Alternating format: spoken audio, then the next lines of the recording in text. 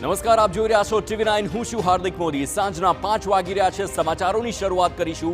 જે અમરેલીમાં લેટરકાંડમાં જે પાટીદાર યુવતી સંડોવાયેલી હતી અને તે આખી ઘટનામાં તે પહેલી વખત મીડિયા સમક્ષ આવી છે અને તેણે નિવેદન આપ્યું છે. તે મીડિયા સમક્ષ આવી અને લેટરની ખરાઈ અંગે FSLમાં તપાસ કરવા તેણે માંગ કરી છે. જેલવાસ દરમિયાન સાથ આપનાર લોકોનો આભાર પણ તેણે માન્યો છે. મને પોલીસ દ્વારા મારવામાં આવ્યો, આ પાયલ ગોટીનું નિવેદન છે. મેં કોઈ ગુનો કર્યો નથી. જેની બેને મારા માતા પિતાનો સાથ આપ્યો તેમ પણ પાયલ ગોટી જણાવી રહ્યા છે.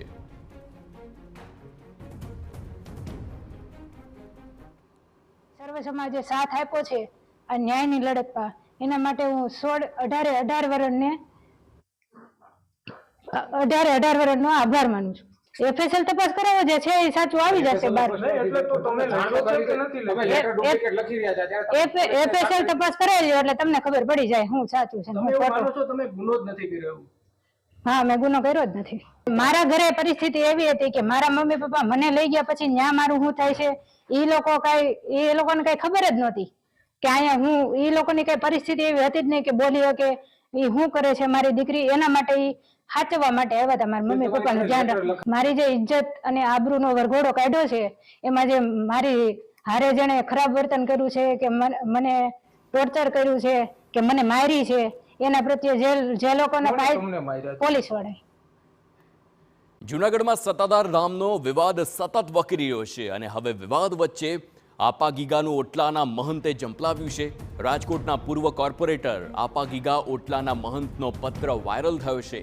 નરેન્દ્ર સોલંકીએ સત્તાધાર ધામના ટ્રસ્ટી બનવા વિજય બાપુને પત્ર લખ્યો છે. 22 ડિસેમ્બરે લખેલો પત્ર હવે વાયરલ થતા સવાલ ઉઠ્યા છે. 4 મહિનાથી ચાલતો વિવાદ શાંત કરવાની અમારી નૈતિક જવાબદારી, તેમ નરેન્દ્ર બાપુએ જણાવ્યું.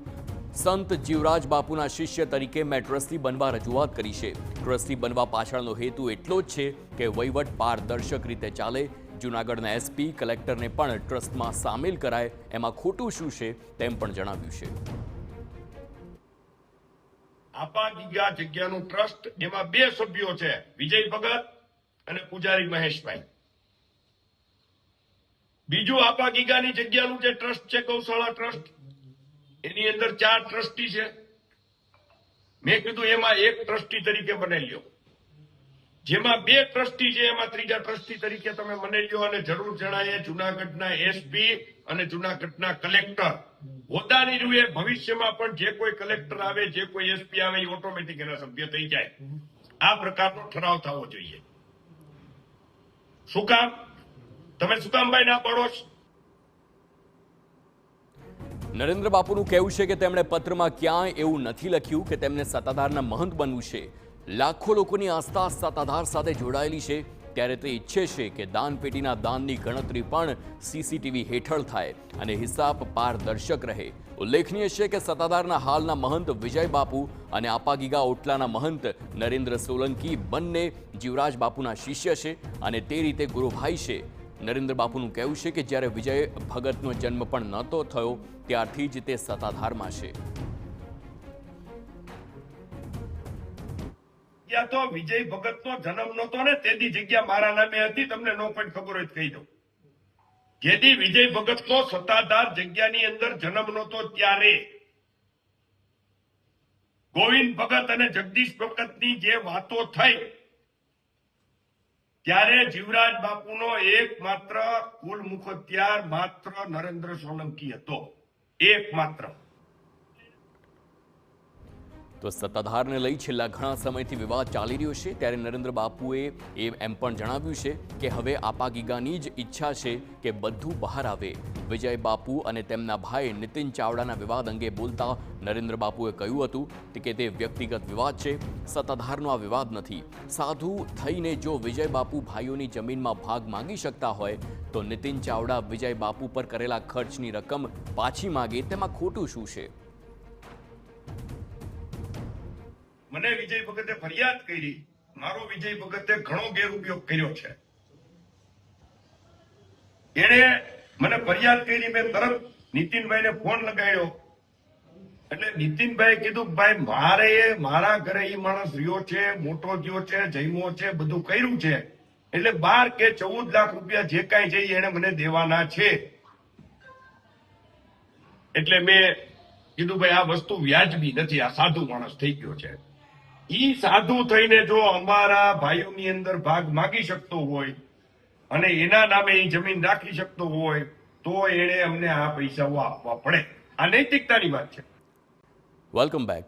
જે બાળકોની ચિંતા કરીને આ નિયમો લાવવાની વાત છે તેઓ શું આ નિર્ણયથી ખુશ છે તે પણ સવાલ થઈ રહ્યો છે. અને આવા જ 18 વર્ષથી ઓછી ઉંમરના વિદ્યાર્થીઓનો પણ મત જાણ્યો છે. શું કહી રહ્યા છે વિદ્યાર્થીઓ તે જોઈશું.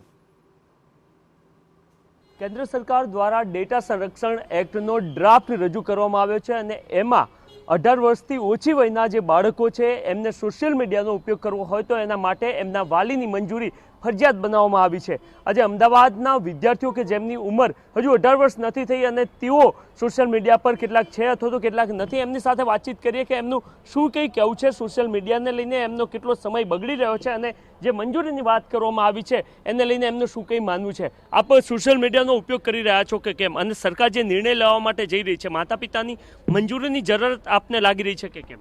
Yes, from my perspective government is right कि पेरेंट्स की परमिशन होनी चाहिए सोशल मीडिया यूज़ करने के लिए, क्योंकि अभी सोशल मीडिया इतना भी अच्छा नहीं है जितना हम सोचते हैं. तो मुझे तो परमिशन है and my account is handle bye my parents और परमिशन बिल्कुल होनी चाहिए क्योंकि ज़माना ख़राब भी होता जा रहा है और उससे ना हमारा जो क्वालिटी टाइम होता है वो भी बहुत वेस्ट होता है, क्योंकि रील्स हम स्क्रॉल करते रहते हैं, पता नहीं चलता कब हाफ आवर हो जाता है, कब 2 hours हो जाते हैं, बहुत टाइम वेस्ट होता है. તમે ઉપયોગ કરો છો સોશિયલ મીડિયા? હા, હું સોશિયલ મીડિયાનો ઉપયોગ કરું છું અને એમાં આખો ટાઈમ રીલ્સમાં જ સ્ક્રોલ કરતી હોઉં છું. એવું કંઈ નથી, થોડોક ટાઈમ જોઉં છું પછી મૂકી દઉં છું. સ્ટડી પર બી ફોકસ કરવાનું હોય છે એટલા માટે. અને જ્યારે 12th સ્ટાર્ટ થયું હતું ને ત્યારે મને બહુ જ ટેન્શન હતું કે શું માર્ક્સ આવશે, કઈ રીતે હું કરી શકીશ. અને આ 12th અત્યારે હું જે સેમિનાર જોઈને આવી છું એનાથી મને ઘણી બધી આગળ જવા માટે અને હું જે ધારીને બેઠી છું ને એ હું કરી શકું છું એમ મને લાગે છે. એટલે પરંતુ આપને લાગે છે કે સોશિયલ મીડિયાનો ઉપયોગ વિદ્યાર્થીઓ કરવો જોઈએ કે નહીં? એટલે કરવો જોઈએ પણ પોતાને ખબર હોવી જોઈએ કે કેટલો ટાઈમ કરવો, બાકી ટાઈમ મૂકી રાખવો જોઈએ. યુઝ કરવા માટે પેરેન્ટ્સ આપે છે. સમય બગાડે છે સોશિયલ મીડિયા એવું લાગે ક્યારે? હા, ક્યારેક લાગે કે કારણ કે આપણે ક્યારેક વધારે પડતો એનો ઉપયોગ કરી દેતા હોઈએ છીએ જે આપણે ના કરવો જોઈએ. કેમ કે અત્યારે આપણે ભણવાની ઉંમર, આપણે ભણવું જોઈએ પણ એવું નથી કે આપણે ના કરવો જોઈએ. ઉપયોગ કરવો જોઈએ પણ પોતાની લિમિટમાં કરવો જોઈએ ઉપયોગ. માતા પિતાની મંજૂરી ફરજિયાત બનાવવામાં આવશે. માતા પિતા મંજૂરી આપશે ખરા દીકરીઓને કે ભાઈ સોશિયલ મીડિયાનો ઉપયોગ કરી શકો છો તમે? હા, બીજાની તો ખબર નહીં, મારી મમ્મી તો અલાઉડ કરે પણ અડધો કલાક, એનાથી વધુ નહીં. મતલબ કોઈ સ્ટડી રિલેટેડ કોઈ વાત હોય, પછી કોઈ ન્યૂઝ રિલેટેડ હોય, કોઈ મતલબ અત્યારે કેટલા છોકરીઓને હાલ તો સોશિયલ મીડિયામાં તો બહુ જ બધું ચાલી રહ્યું છે કે તમે જોવા ઈચ્છો કે ના ઈચ્છો તો જાતે આવી જાય છે આ તે. તો એ બધી વસ્તુ ડિસ્ટ્રેક્ટ કરી શકે વિદ્યાર્થીઓને, કારણ કે એક ઉંમરના એવા તબક્કામાં તમે છો કે જ્યાંથી ઘણી બધી વસ્તુઓ ડિસ્ટ્રેક્ટ થઈ શકે. હા, એ કરી શકાય. ઓકે, આપ ઉપયોગ કરો છો? હા. ઓકે, આપને લાગે છે કે મંજૂરીની જરૂરત છે અથવા તો માતા પિતા અલાઉ કરશે ખરા? હા, મંજૂરીની જરૂર છે. મારા પેરેન્ટ્સે મને હા પાડી એટલે જ મેં યુઝ કરું છું અને મેં યુઝ એના માટે કર્યો છે કે મારા ફ્રેન્ડ્સ, મતલબ હું ઘરે એકલી હોઉં તો મારા પેરેન્ટ્સ સાથે હું કરી શકું વાત. અમારા ઘરમાં મતલબ કોલ નેટ નથી કરાયું બેલેન્સ, ખાલી વાઈફાઈ માટેનું જ છે, તો હું વાત કરી શકું એના માટે જ ખાલી હું ચાલુ રાખું છું, બાકી નહીં. ઓકે, સરકાર 18 વર્ષથી વધારેની વાત કરી રહી છે પરંતુ વિદ્યાર્થીઓ તો ખૂબ હોશિયાર હોય છે અને આજ તો જે જનરેશન છે એ એક્સ્ટ્રા છે, તો કદાચ એમની ઉંમર છે 18ના બદલે 21 કહી દે તો સોશિયલ મીડિયાને તો ખબર નથી પડવાની કંપનીને. તો આ સ્થિતિમાં સેલ્ફ કંટ્રોલ કેટલો જરૂરી છે સોશિયલ મીડિયાનો ઉપયોગ માટે? સેલ્ફ કંટ્રોલ ખૂબ જ જરૂરી છે આપણા પર, અને જો આપણે સેલ્ફ કંટ્રોલ હોઈશું તો જ આપણે આગળ વધી શકીશું. ઇન શોર્ટ, આપણે મોબાઈલ યુઝ કરતા રહીશું તો આપણે કંઈ જ કરી નહીં શકીએ.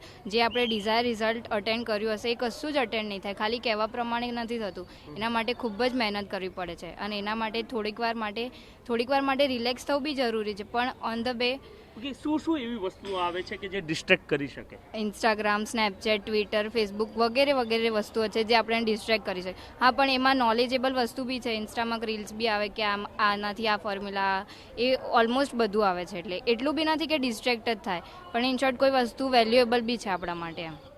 ઓકે, 18 વર્ષ પહેલાં જરૂરી છે ખરું સોશિયલ મીડિયા?